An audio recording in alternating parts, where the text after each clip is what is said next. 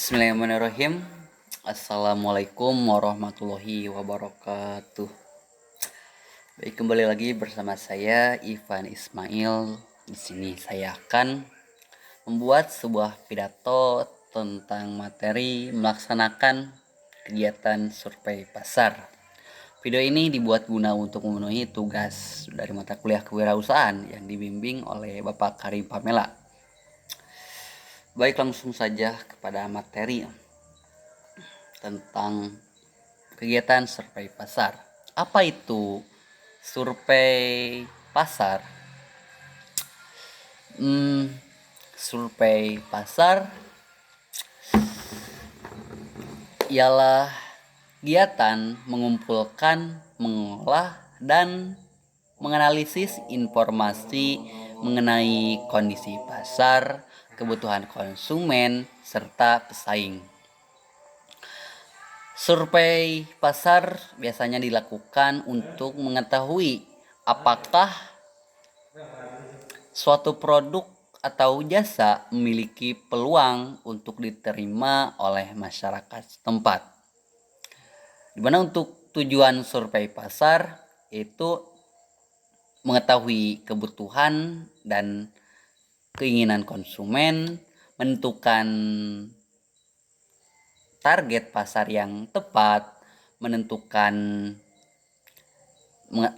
harga yang sesuai, mengetahui tingkat persaingan, mengurangi resiko kerugian dalam usaha, dan menjadi dasar pengambilan keputusan bisnis. Adapun manfaat dari survei pasar ini yaitu memahami perilaku konsumen, mengetahui produk yang diminati pasar, membantu menyusun strategi pemasaran, menemukan peluang usaha baru, dan meningkatkan peluang keberhasilan usaha. Adapun langkah-langkah untuk survei pasar ini, yang pertama menentukan tujuan survei.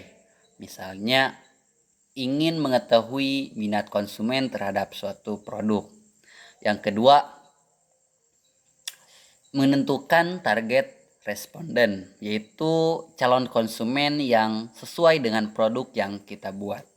Yang ketiga, menyusun pertanyaan survei seperti harga yang diinginkan, kualitas produknya seperti apa, dan ataupun kebiasaan membeli.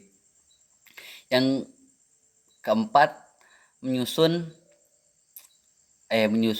mengumpulkan data, yaitu melalui wawancara, kuesioner, observasi, atau media online. Yang kelima, mengolah dan menganalisis data, yaitu untuk mengetahui hasil survei. Yang keenam, yang terakhir ialah menarik kesimpulan dan membuat rekomendasi sebagai dasar dalam menentukan strategi usaha. Adapun metode survei pasar yang pertama ialah observasi, itu mengamati langsung kondisi pasar atau perilaku konsumen. Yang kedua, wawancara, yaitu bertanya langsung kepada calon konsumen. Yang ketiga bisa dengan kuesioner atau angkat, yaitu mengumpulkan data melalui daftar pertanyaan.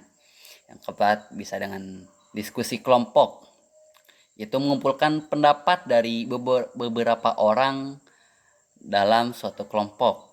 Yang terakhir ialah survei online, yaitu menggunakan media digital seperti Google Form atau media sosial. Adapun hal yang perlu diperhatikan ialah menentukan responden yang sesuai dengan target pasar. Ada juga gunakanlah pertanyaan yang jelas dan mudah dipahami, dan kumpulkan data secara jujur dan objektif. Dan yang terakhir, analisis hasil survei dengan teliti sebelum mengambil keputusan. Adapun contoh survei pasar ialah contoh, seorang mahasiswa ingin menjual es teh jumbo di sekolah. Ia melakukan survei kepada 50 orang siswa dengan menanyakan Apakah sering membeli minuman saat istirahat? Ada juga bisa dengan rasa apa yang paling disukai oleh para siswa. Boleh juga dengan berapa harga yang dianggap terjangkau oleh para siswa di sekolah ini. Jadi hasil survei menunjukkan sebagian besar siswa menyukai rasa original dan lemon dengan harga minimal Rp5.000. Jadi dari hasil tersebut siswa dapat menentukan produk dan harga yang sesuai dengan kebutuhan pasar atau kebutuhan konsumen di sekolah tersebut. Jadi kesimpulannya, survei pasar ini merupakan langkah penting sebelum memulai atau mengembangkan usaha. Dengan melakukan survei pasar, pelaku usaha dapat memahami kebutuhan konsumen, mengenali pesaing, menentukan strategi pemasaran yang tepat, serta mengurangi resiko kerugian sehingga peluang keberhasilan usaha menjadi lebih besar. Baik, sekian untuk materi dari survei pasar dari saya. Mohon maaf bila ada kekurangannya. Wassalamualaikum warahmatullahi wabarakatuh.